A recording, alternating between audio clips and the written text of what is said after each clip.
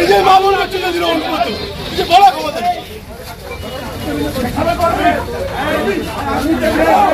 আপনারা কিছু করতে পারেন তাহলে হতো না যখন শব্দ মারে তখন আপনারা কোথায় থাকে ঘুমিয়ে থাকে গলা ছাড়ুন আগে কার গলা ধরে তিন জায়গায় রেখে এমপি আছে আপনি গলা ধরবেন কেন গলা ধরলেন তো এসিপি বিশ্বজিৎ পাত্রা ইনি পুরোপুরি বেআইনি কাজ করেছেন না। এখানে 163 আছে, মানে এখনকার বিএনএস 163, আগেকার 144। ওখানে আমাদের হিন্দু সনাতনী ভাইদের বাড়িঘর পোড়ানো হয়েছে, ভাঙচুর হয়েছে। আমরা তাদের পাশে দাঁড়াতে চাইছি, আমাদের আত্মীয় স্বজনও থাকে, আমাদেরকে এরা যেতে দিচ্ছে না। কেন যেতে দিচ্ছে না? কেন? গায়ে জোরে দেখছেন না, গায়ে জোরে।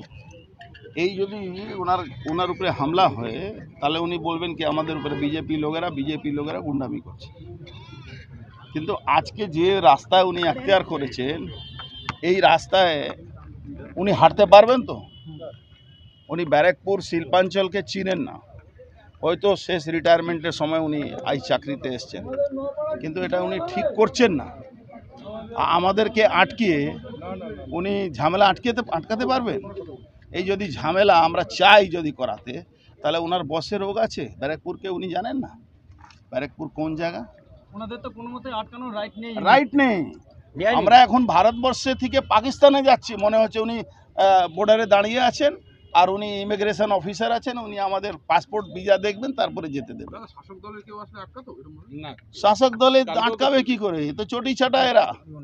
এরা অনুব্রত থেকে মা মাসি বউকে গালাগালি শুনবে, সেটা এদের ভালো।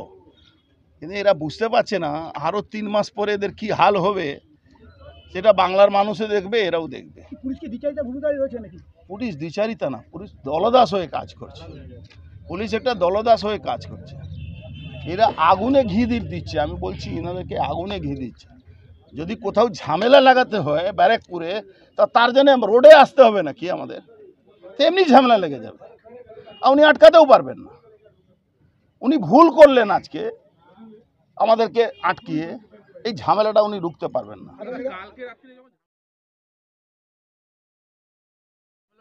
তৃণমূলের চেয়ারম্যান রমেন বাবু ঘটনাস্থলে এসেছিলেন, আজকে আপনি যখন যেতে গেলেন আপনাকে বাধা। সেটাই তো বলছি, আমি হিন্দু আছি, ওরা কনভার্টেড হিন্দু আছে। ওরা তো হিন্দু নামে আজকে সব ওখানে আজকে দেখুন বাংলায় কি হচ্ছে, বাঙালি হিন্দুদের উপরে আবার ঘা পড়েছে। আগে কি ছিল? আগে হিন্দিভাষী হিন্দুদের উপরে ঘা পড়তো, সবসময় তার উপরে অ্যাটাক হতো। এখন শুরু হয়েছে মুর্শিদাবাদ থেকে, তারপরে মহেশতলা, তারপরে গেরুলিয়া। লেলিননগর এমন একটা জায়গা যেখানে বাঙালি হিন্দুরা থাকে, সেখানে তাদের উপরে কিভাবে জেহাদিরা কালকে গালাগালি করেছে, আক্রমণ করেছে, ভাঙচুর করেছে, সেখানে এরা যাবে না। আমি দেখেছি, পুরো ভিডিও আমার আছে, মানে ডাইরেক্ট ওখান থেকে ভিডিও আমাদেরকে লোক দেখিয়েছে। এদের সামনে না নেই তো এদের কাছে, এরা 163 লাগু করেনি তো, কিন্তু আমাদেরকে আটকাচ্ছে জোর করে। এই যে ওদের উপরে ঝামেলা করব আমরা, তখন ওরা বলবে কি আমাদের গায়ে হাত দিয়েছে। আমরা হিন্দু আছি, আমরা সনাতনী আছি, তাই জন্য আমাদের গারুলিয়া কি দ্বিতীয় মুর্শিদাবাদ হচ্ছে? গারুলিয়া দ্বিতীয় মুর্শিদাবাদ কাল রাত্রিবেলা হয়েছে। আর যে রাস্তায় ইনি আজকে হাঁটলেন, আমাদের সঙ্গে কোঅপারেট না করে ইনি আমাদেরকে আটকালেন, ইনি কিন্তু ওই ঝামেলাটা আটকাতে পারবেন না, আমার যতটুকু মনে আছে। অ্যারেস্ট করবে না তো।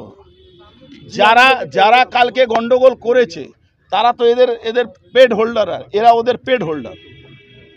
ওরা হিরোইন বিক্রি করে, গাঁজা বিক্রি করে, ওখানকার লোকেরা এটাই তো প্রতিবাদ। ওখানে মহিলারা ওই মাঠে যান, বসেন, তাকে ওরা উত্ত্যক্ত করে, তাদেরকে গালাগালি করে, তাদেরকে টর্চার করে। আপনাকে আটকানোর জন্য শ্যামনগর থেকে পুরো ব্যারাকপুর পর্যন্ত ব্যারিকেড করা হয়েছে জায়গায় জায়গায়। আরে আমাকে আটকাবার জন্য আটকালে ভালো হলে তাহলে ঠিক আছে, কিন্তু আমাকে আটকালে কি ভালো হবে?